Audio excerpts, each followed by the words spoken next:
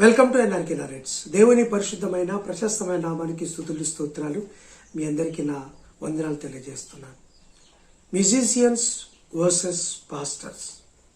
మీరు సోషల్ మీడియాను ఫాలో అవుతున్న వారైతే క్రైస్తవ్యంలో ఒక చిన్న వాద ప్రతివాదాలు నడుస్తున్నాయి.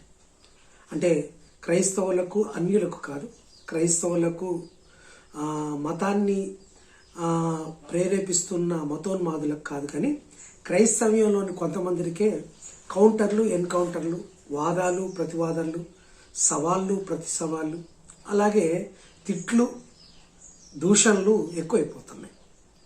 చీరాల్లో పరిచర్య చేస్తున్న డాక్టర్ నోవా పరిచర్యలు చేస్తున్న నోవా గారు, ఆయన డాక్టరు, ప్రకాశం జిల్లాలో పరిచర్య చేస్తారు. యూట్యూబ్లో కూడా అతను చాలా మెసేజ్లు ఇస్తూ ఉంటాడు. ఆయన పాస్టర్గా కూడా ఉంటున్నారు. ఆయన ఒక 3 రోజుల క్రితం చేసిన కొన్ని కామెంట్స్ ఇప్పుడు మ్యూజిషియన్స్ వర్సెస్ పాస్టర్స్గా మారిపోయాయి. ఆయన ఏమన్నారంటే, ఇప్పుడు చర్చ్లో కానీ ఎక్కడైనా మనం సువార్త సభలు కానీ మీటింగ్స్ కానీ యూత్ రిట్రీట్స్, యూత్ ఫెస్టివల్స్ అట్లా పెట్టినప్పుడు కొంతమందిని గాస్పల్ సింగర్స్ని, మ్యూజిషియన్స్ని, ఆర్కెస్ట్రాను కొంతమంది పాస్టర్లు పిలిచి వాళ్ళతోటి ప్రోగ్రామ్ ఇప్పించి వాళ్ళకి కొంచెం రెమ్యునరేషన్గా కానుక అది ఇస్తూ ఉంటూ వెళ్తూ ఉంటారు. అయితే ఈ మధ్యకాలంలో ఒక 3 days బ్యాక్ నోవా గారు చేసిన కామెంట్స్ ఏంటంటే, ఈ మ్యూజిషియన్స్ అంటే ఆర్కెస్ట్రా కానీ, గాస్పల్ సింగర్స్ కానీ, గాస్పల్ మ్యూజిషియన్స్ కానీ వాళ్ళని కొంచెం హార్ష్గా మాట్లాడారు. సో వాళ్ళు అంత పెద్దగా పట్టించుకోరు, సమర్పణ కలిగి లేరు, డబ్బు కోసమే వాళ్ళది ప్రయాస అంతా, కానీ దేవుని మహిమపరచాలి, దేవుణ్ణి సేవించాలి, దేవుని పరిచర్య చేస్తున్నాము అన్న ఇదిగా ఉండరు, కానీ డబ్బు సంపాదనగా ఉంటారు. సో వాళ్ళు ఒక రకమైన మెంటాలిటీ కలిగి ఉంటారు అన్నట్టుగా ఆయన మాట్లాడారు. ఒక రకంగా వాళ్ళని కించపరిచే విధంగా, డబ్బే వాళ్ళ జీవితం కదా, డబ్బు కోసమే వాళ్ళు పనిచేస్తున్నట్టుగా, ఒక పరిచర్య ధర్మం ఏందో తెలియదున్నట్టుగా ప్రవర్తిస్తుంటారని చెప్పారు. సో దీనికి మ్యూజిషియన్స్ అంటే సింగర్స్ కానీ, కీబోర్డ్ ప్లేయర్స్ కానీ, మిగతా వాయిద్యాలు వాయించేవారు తీవ్ర ఎత్తున దుమ్మెత్తిపోశారు. ఒక రకంగా చెప్పాలంటే నోవా గారిని చీల్చి చెండాడారు అన్నట్టుగా ఉంది.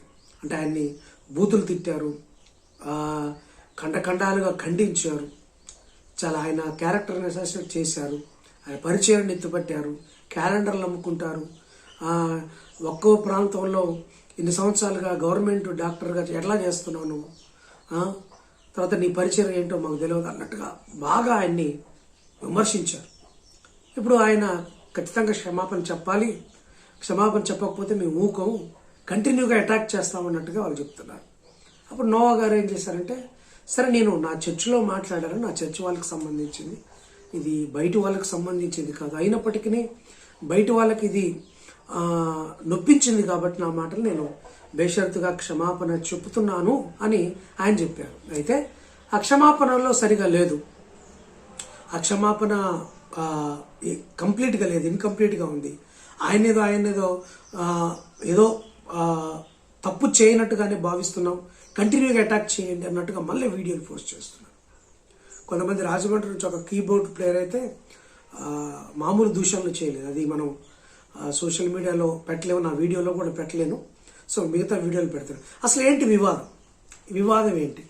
అసలు నోవా గారు ఏమన్నారు, నోవా గారి ని ఎవరు అటాక్ చేశారు, ఏ విధంగా అటాక్ చేశారు, ఆ తర్వాత నోవా గారు ఏం చెప్పారు, అలాగే అసలు ఏం జరుగుతుంది క్రైస్తవ ఫెటర్నిటీలో, ఇదే విషయం 3 years బ్యాక్ ఎడ్వర్డ్ విలియమ్స్ గారు కూడా ఇదే సింగర్స్ను, ఇదే ఆర్కెస్ట్రా అంటే ఆరాధన చేస్తూ వాయిద్యాలు వాయిస్తున్న తర్వాత వారు ఏదో సభలో మెసేజ్ చెప్పేటప్పుడు వాళ్ళు ఉండరు, వాళ్ళు పక్కకి వెళ్తారు, వాళ్ళు బయటకు వెళ్తారు.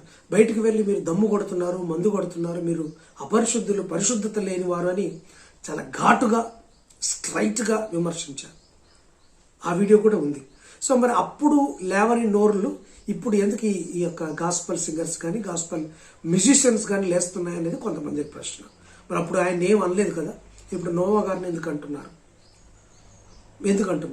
సో వాళ్ళు ఏం చేస్తున్నారంటే, మీ పాస్టర్లు ఏమైనా తక్కువ, మీ పాస్టర్లు డబ్బు తీసుకోవట్లేదా? ప్రసంగాలు చేస్తున్నప్పుడు డబ్బు తీసుకోవట్లేదా? మీ పాస్టర్లో అంతా స్వచ్ఛత ఉందా అన్నట్టుగా వాళ్ళు మాట్లాడుతున్నారు. అయితే మ్యూజిషియన్స్ ఏం మాట్లాడుతున్నారంటే, మేము ఉద్యోగాలు చేసుకుంటూ మా పార్ట్ టైం చేసుకుంటూ మా ఉద్యోగాలు చేసుకుంటూ మేము ఎక్కడైనా ఈ సభలకు మమ్మల్ని పిలిస్తే మేము వెళ్తాం, దానికి తగ్గట్టుగానే రెమ్యునరేషన్ తీసుకుంటాం, కానీ ఎవరిని డిమాండ్ చేయం, ఎక్కడ అడగం.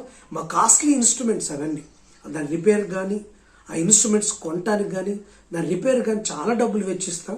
మరి అటువంటి డబ్బులు వెచ్చించినప్పుడు మీద ప్రోగ్రామ్కి వెళ్ళినప్పుడు మేము డబ్బులు ఆశించటం తప్ప, పాస్టర్లుగా మీరు ప్రసంగాలు చేస్తున్నప్పుడు డబ్బులు తీసుకోవడం లేదా, డబ్బు యావగలిగి లేరా అన్నట్టుగా వాళ్ళు కౌంటర్ చేస్తున్నారు. వాళ్ళు కౌంటర్ చేసిన దాన్ని పాస్టర్స్ కొంతమంది కూడా కౌంటర్ చేస్తున్నారు. సో ఇది వాదం ప్రతివాదం, కౌంటర్ ఎన్కౌంటర్ అన్నట్టుగా జరుగుతోంది. సో ఈ మొత్తం ఎపిసోడ్ వీడియోస్ కొన్ని క్లిప్స్ ఉన్నాయి, ఒకసారి మీరు చూడండి ఆ వీడియో క్లిప్స్. ఆ వీడియో క్లిప్స్ చూసిన తర్వాత నా వర్షన్ చెప్తాను. అంటే ఇప్పుడు పాస్టర్స్ వర్సెస్ మ్యూజిషియన్స్లో ఎవరిది తప్పు, ఎవరిని మనం తప్పు పట్టాలి, ఎవరిది కరెక్ట్గా మనం భావించాలి అనేది నా వర్షన్ చెప్తాను. మీరు కూడా ఆ వర్షన్ వినమని మిమ్మల్ని కోరుకుంటున్నాను. ఇది తెలిసి ఉండాలి. ఇది తెలుసు, ఒక బీయింగ్ ఏ క్రిస్టియన్స్ అయినప్పుడు, విశ్వాసి అయినప్పుడు, సో ఏం జరుగుతుందని క్రైస్తవ ఫెటర్నిటీలో తెలుసుంటే కనుక దానికి కొంచెం మనకు అవేర్నెస్ ఉంటుంది. కాబట్టి ఒకసారి ఈ వీడియో క్లిప్స్ ఒకసారి చూడండి. ఎవడన్నా బాగు చేస్తాడా? అరే వాక్యం వినడరా కూర్చొని, అరే రే పాటలు పాడండి రా మీరు కూర్చొని, అరే వాయిద్యాలు వాయించండి రా అంటే డబ్బులు ఇస్తావా, జీతం ఇస్తావా, ఎక్కువ ఇస్తావా? సిగ్గులేని బ్రతుకులు, దుష్టులు, దుర్మార్గులు, దేవుని డబ్బులతో బేరమాడే దౌష్టం కలిగిన దుర్మార్గులు ఉన్నారు సంఘాల్లో. ఎన్నడూ బాగుపడరు వాళ్ళు. డబ్బులు ఇస్తావా, 10,000 ఇస్తావా, 20,000 ఇస్తావా, 30,000 ఇస్తావా, జీతం దాటలా. సిగ్గులేని పనికి మన రోత బ్రతుకులు, ఎవరు బాగుపడరు వాళ్ళు. దేవునితో బేరం, దేవునితో చెలగాట. మరే తలాంతి ఇచ్చాడు దేవుడు కూడా వాడవాడు, డబ్బులు ఇస్తావా? ఎన్నడు దేవుడితో బేరం ఆడద్దు. ఎందుకో తెలుసా? దేవుడు ఉగ్రత మన మీదకి వస్తుంది, ఒక భావాన్ని చూపిస్తుందో, ఏదిని ఆకర్షిస్తుందో అది వద్దు. వాగిన పాదిని మనం వదిలిపెట్టకూడదు. 2 రాష్ట్రాల్లో ఉన్న గాస్పుల్ సింగర్స్, మ్యూజిషియన్స్ అందరం వాడిని వదిలిపెట్టకుండా వాడికి ఫోన్ చేసి, అందరు ఫోన్ చేసి వాడు బహిరంగంగా వీడియోలో క్షమాపణ చెప్పే వరకు వాడిని మనం పట్టుకోవాలి.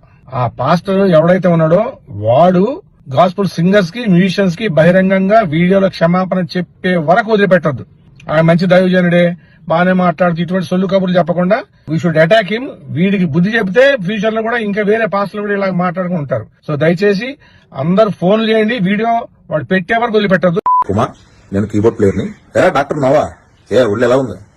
ఆర్టిస్టులు అంటే చులకనగా ఉందారా నీకు? ఏంటి డబ్బులు తీసుకోకుండా సేవ చేయాలా? నువ్వు చేస్తున్నారా డబ్బులు తీసుకోకుండా సేవ? పాడడానికి డబ్బులు తీసుకుంటారా? ఇన్స్ట్రుమెంట్ ప్లే చేయడానికి డబ్బులు తీసుకుంటారా? దేవుడి సేవ కోసం ఆర్టిస్టులుగా మారి కళ నేర్చుకుని రాత్రనగా పగలనగా అనేక ప్రాంతాల్లో తిరుగుతూ సేవలు అందిస్తుంటే మరి పనివాడు జీతాన్ని పోతానని బైబిల్లో లేదా? అది నువ్వు చదవలేదా? పనికి మాలిన ఎదవా? నువ్వు చేసేదేంట్రా? పెద్ద పత్తిలో మారుతున్నా లుచ్చా నా కొడక, పనికి మాల నా కొడక. ఒక్కొక్క తలాంతు ఒక్కొక్క వ్యక్తి ఎలా వాడాలి, సంఘంలో కుటుంబాల యొక్క పాత్ర ఏమిటి అని వర్తమానం చెప్పేటప్పుడు ప్రత్యేకంగా మరి మ్యూజిక్ సంబంధించిన ప్రస్తావన నేను తీసుకొచ్చాను. అందులో అది పూర్తిగా మా వ్యక్తిగతంగా నాకు ఎదురైన అనుభవాలు, గత కొన్ని దినాలుగా వ్యక్తిగతంగా నన్ను కలచివేసిన కొన్ని సన్నివేశాలు నేను ప్రస్తావించాను. అది పూర్తిగా అది వ్యక్తిగతంగా మా సంఘానికి సంబంధించిన విషయం అని జ్ఞాపకం చేసుకోవాలి మొట్టమొదట. అయితే ఆ వ్యాఖ్యలు దాన్ని కట్ చేసి అనేక పోస్టుల్లో దాన్ని పోస్ట్ చేశారు, అనేక ఛానల్స్లో. ప్రత్యేకంగా మ్యూజిషియన్స్ చాలామంది నాకు కాల్ చేశారు, ఏమైంది, ఎందుకు ఇలా మాట్లాడారు అని. వాస్తవంగా ఆ వర్తమానం అంతా కూడా వింటే నేను ఏం మాట్లాడానో అర్థమవుతుందన్న విషయాన్ని తెలుసుకోవాలి. వ్యక్తిగతంగా ఇటీవల కాలంలో మా ద్వారా తర్ఫీదు నుండి, మా ద్వారా ఆ వాక్య పరిచర్యలో ఎదిగి, వ్యక్తిగతంగా అది మాకు సంబంధించిన విషయం, వారు మాతోనే వేరే స్థలాలకు వారిని పంపాలి అన్న ఉద్దేశంతో వారు వ్యక్తిగతంగా నాతో మాట్లాడిన మాటలు ప్రస్తావించాను. వారు సంఘము ద్వారా పొందిన మేలును బట్టి, వ్యక్తిగతంగా వారు ఇన్ని సంవత్సరాల వారి అనుభవంలో దేవుని కొరకు దేవుడు వారిని దీవించిన విధానాన్ని బట్టి వారు దేవుని పరిచర్య వారు ఉచితంగా చేయొచ్చు. ఎందుకంటే వారు ఉద్యోగాలు చేసుకుంటూ వేరే పని చేసుకుంటూ ఆదివారం ఒక్కరోజే దేవుని పరిచర్య చేయమని వారిని పిలిచినప్పుడు వారు వ్యక్తిగతంగా నాతో మాట్లాడిన మాటలు నేను ప్రస్తావించాను తప్ప అవి ఏ మ్యూజిషియన్కి సంబంధించిన విషయం కానే కాదు. పాస్టర్ గారు సుత్తి సొల్లు చెప్పాడు, ఆయన అపాలు చెప్పలేదు. ఆయన పెంచి పోషించిన మ్యూజిషియన్స్ కి అయితే అది వాళ్ళ దగ్గర పిలుచుకొని వాళ్ళ భోజనం పెట్టి చెప్పాలి. అంతేగాని స్టేజ్ మీద మ్యూజిషియన్స్ ని, సింగర్స్ ని ఇష్టం వచ్చినట్టు వాగి ఇప్పుడు సంబంధం లేని అపాలు చెప్తున్నాడు. This is not correct. Please continue to attack him. Okay, మీలో చాలామంది సింగర్స్, మీలో చాలామంది మ్యూజిషియన్స్, మీలో చాలామంది స్టేజ్ మీద పర్ఫామ్ చేసేవాళ్ళు. మీరు చాలాసార్లు చేసే పని ఏంటో తెలుసా? స్టేజ్ మీద పర్ఫామ్ చేసి అయిపోయిన తర్వాత ప్రసంగం చేస్తున్నప్పుడు పక్కకి వెళ్ళి మందు కొడతారు, పక్కకి వెళ్ళి దమ్ము కొడతారు, పక్కకి వెళ్ళి రిలాక్స్ అయిపోతారు, పక్కకి వెళ్ళి మీ పని అయిపోయింది అనుకునే దరిద్రపు ఎతవలు మీరు.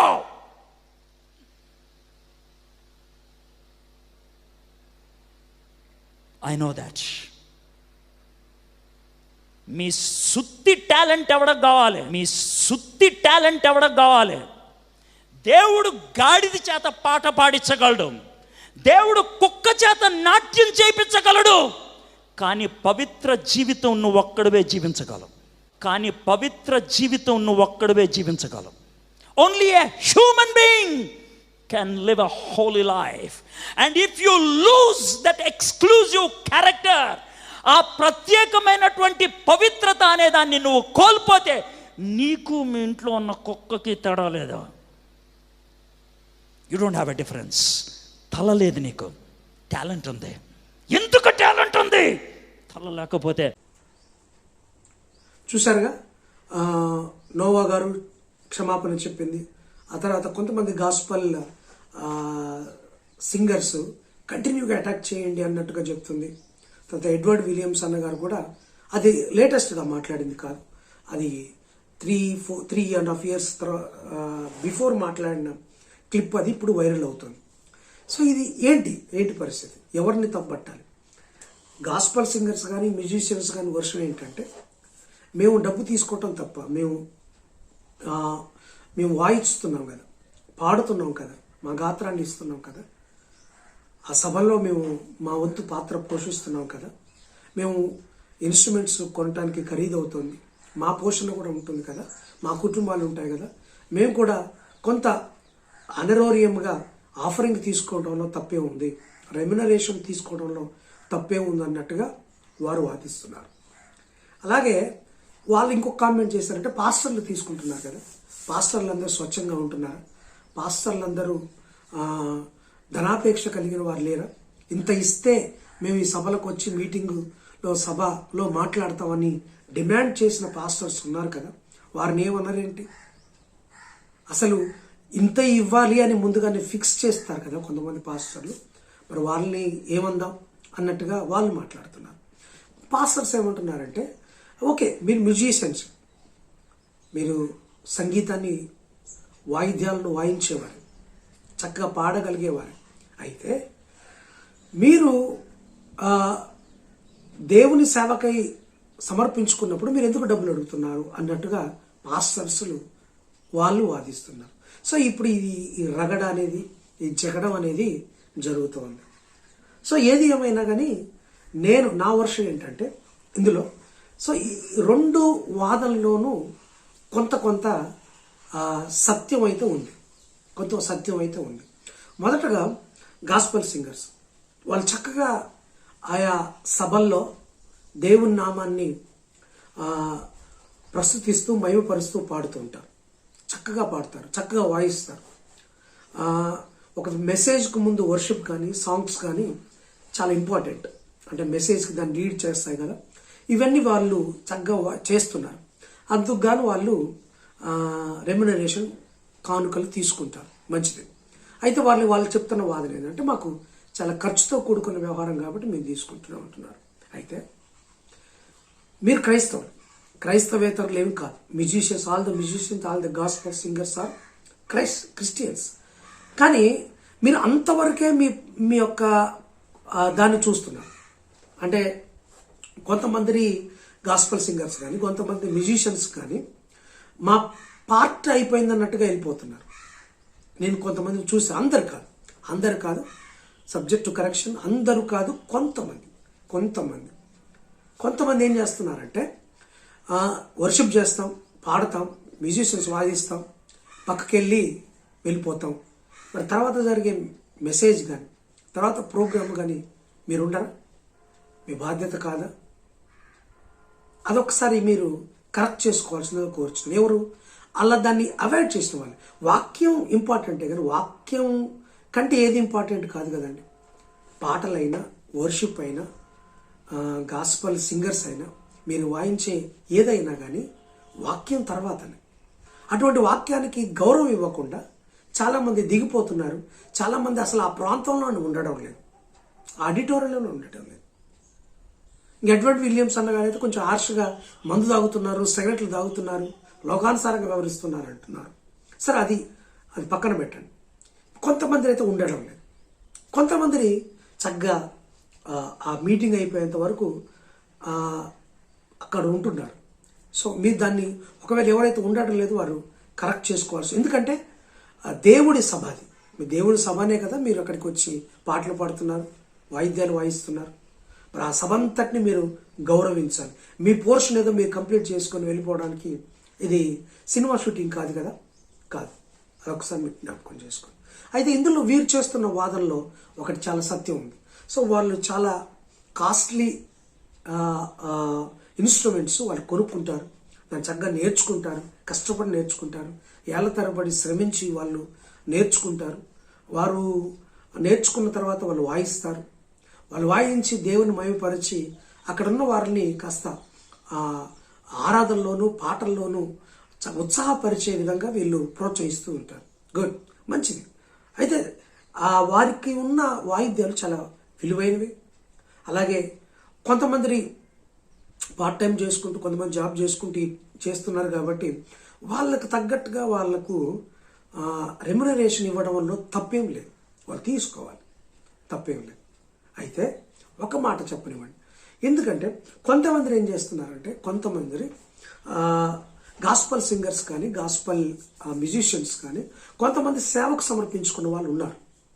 సేవకు సమర్పించుకున్న వాళ్ళు ఉన్నారు అంటే మా గాత్రం కానీ, నా తలాంతు, టాలెంట్ కానీ నేను దేవుని కోసం వాడతానని కొంతమంది సమర్పించుకున్న వాళ్ళు ఉన్నారు.